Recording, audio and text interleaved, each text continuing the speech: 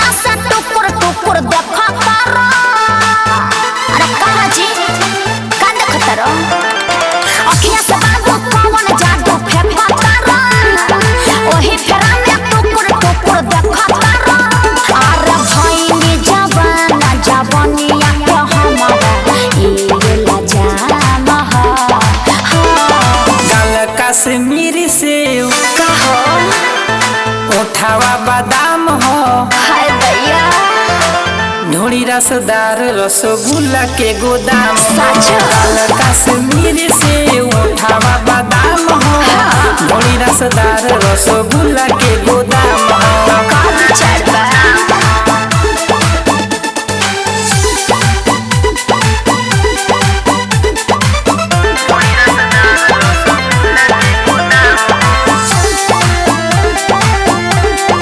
Music by Manish Sharma.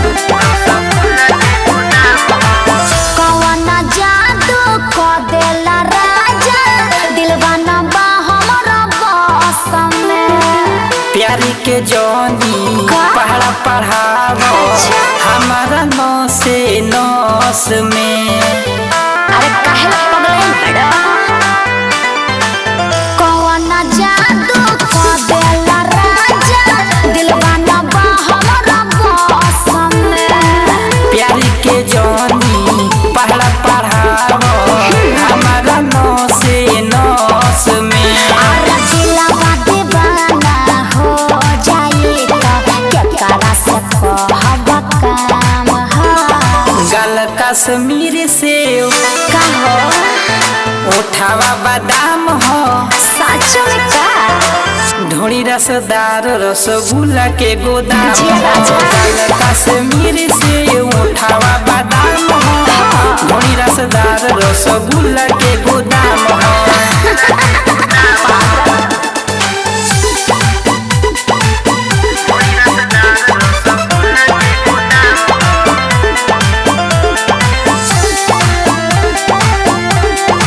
Music by Manish Sharma.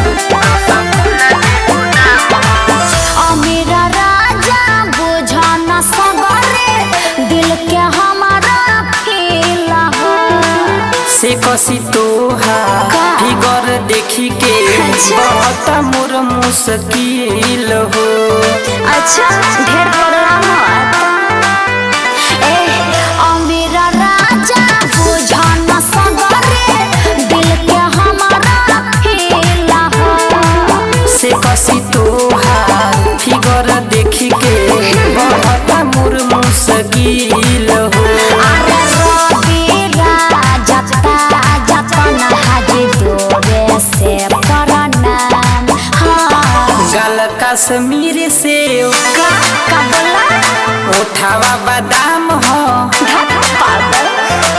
ढोली रसदार रसगुल्ला के गोदाम।